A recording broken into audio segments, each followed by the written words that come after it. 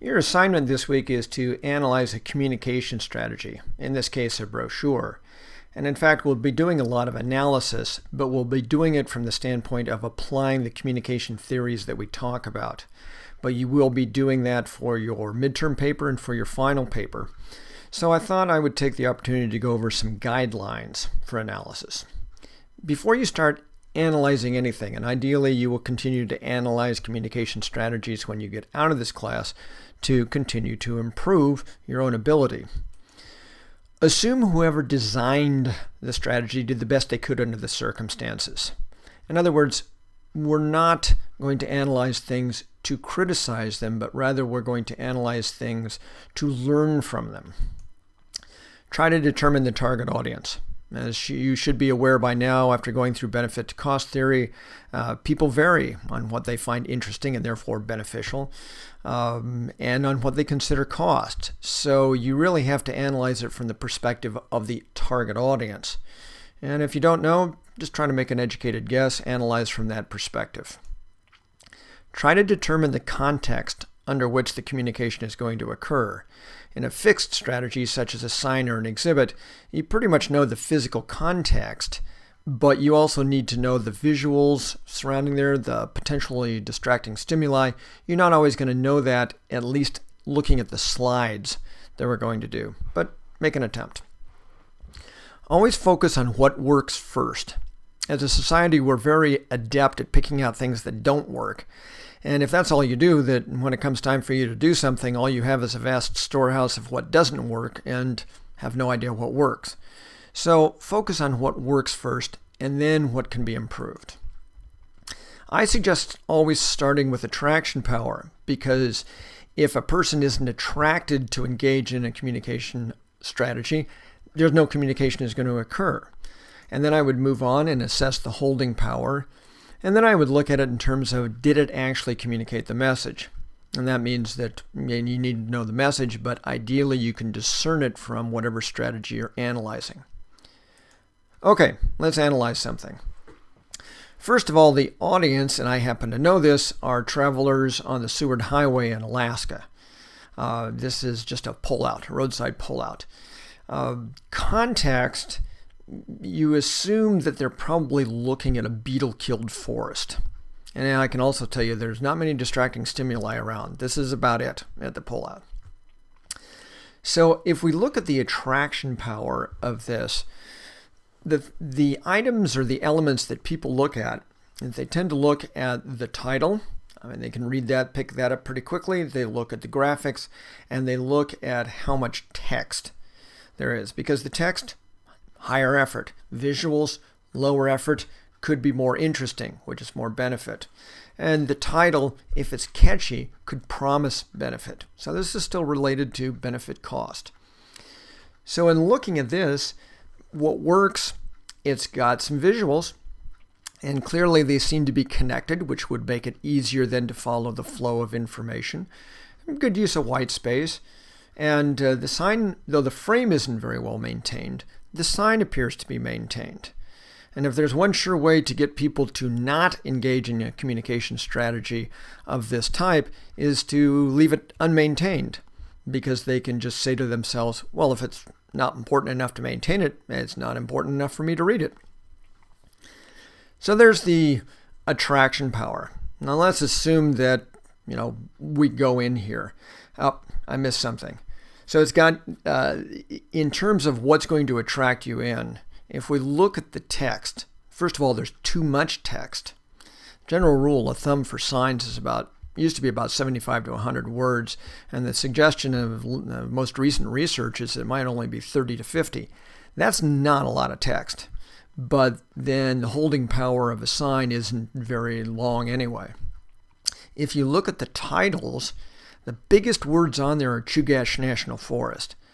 Well, that's not actually going to engage people. The beetle in the forest, that sounds like you're in an entomology class. How the beetle kills. Now that might be a pretty intriguing title. So let's take a closer look at this half. And what I want to look at as I go through here is I want to look at the text, I want to look at the visuals, and I kind of want to look at them both at the same time. From the benefit to cost theory, you should recognize that visuals are lower effort for us to process than words. Words we have to translate. They're just symbols we have to translate. So anytime we can show a visual instead of using text, it would be better. So as we go through here in each of these 4 little blocks of text and we look at the graphics, we're going to look at places where they have text that they don't need and where the images could be improved. So, how the beetle kills. And I'm reading now the text block 1. In spring, beetles bore into the inner bark of the host tree, usually an older, larger spruce, and deposit their eggs. Well, first of all, let's look at the text. Why do I care if it's a larger, older spruce? I don't. You don't need it. You could also show cross-section of a tree. You could show a beetle boring into there and leaving larvae. I mean, there's something that you can illustrate. 2. During the summer, fall, and winter, newly hatched larvae feed on the inner bark, disrupting the flow of nutrients within the tree. Well, you might be able to cut that text down a little bit, but I'm looking more at the visual, which looks like a splat of ketchup on a tree trunk, and suggesting that, again, perhaps a cross-section showing the beetles or the larvae eating the inner bark and disrupting flow of nutrients. You can show the flow of nutrients going up and down the tree on the inner bark, and you could show that being disrupted. 3. An intensive beetle attack destroys the inner bark, the tree dies. Okay, short, sweet, to the point. Late in the second summer, larvae change into adult beetles that overwinter at the tree's root zone. The following spring, the cycle begins again. Well, there's a whole lot of information in there that I don't need. I don't need to know that they overwinter in the root zone. I don't need to know that it's the second summer they do it. All I need to know is that once that tree is dead, they go and find a new tree, and then the cycle starts over. So ideally what you got out of this there were ways where we could reduce the amount of text. Anytime you can incrementally reduce the perception of cost, you increase the probability that somebody's going to get involved. And we saw ways in there that we could improve the visuals. So let's look at the second half of this. And this probably should have been 2 panels instead of trying to cram everything on one. What works here? Well, bulleted lists at least give the perception of lower effort. So they use a bulleted list. They use a lot of white space on here. So what could be improved? Well, if you look at the big block of text at the top, there is no subhead that tells me why it would be worth my time to read that text. Really could have used a subhead there. What can be done? A managed forest can do all of these things, and in the end they say an active management program can help battle the beetle and maintain a healthy forest. Well, maybe battling the beetle would be a good subhead for this particular batch of text. So it's also, we don't really know what a managed forest is. And I think that this is, unfortunately, that's their message, that it's important to actively manage forests. But it really doesn't come out until the very end.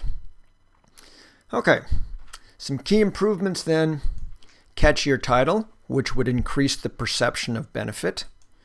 Eliminate unnecessary text, which would reduce the perception of it and the actual cost.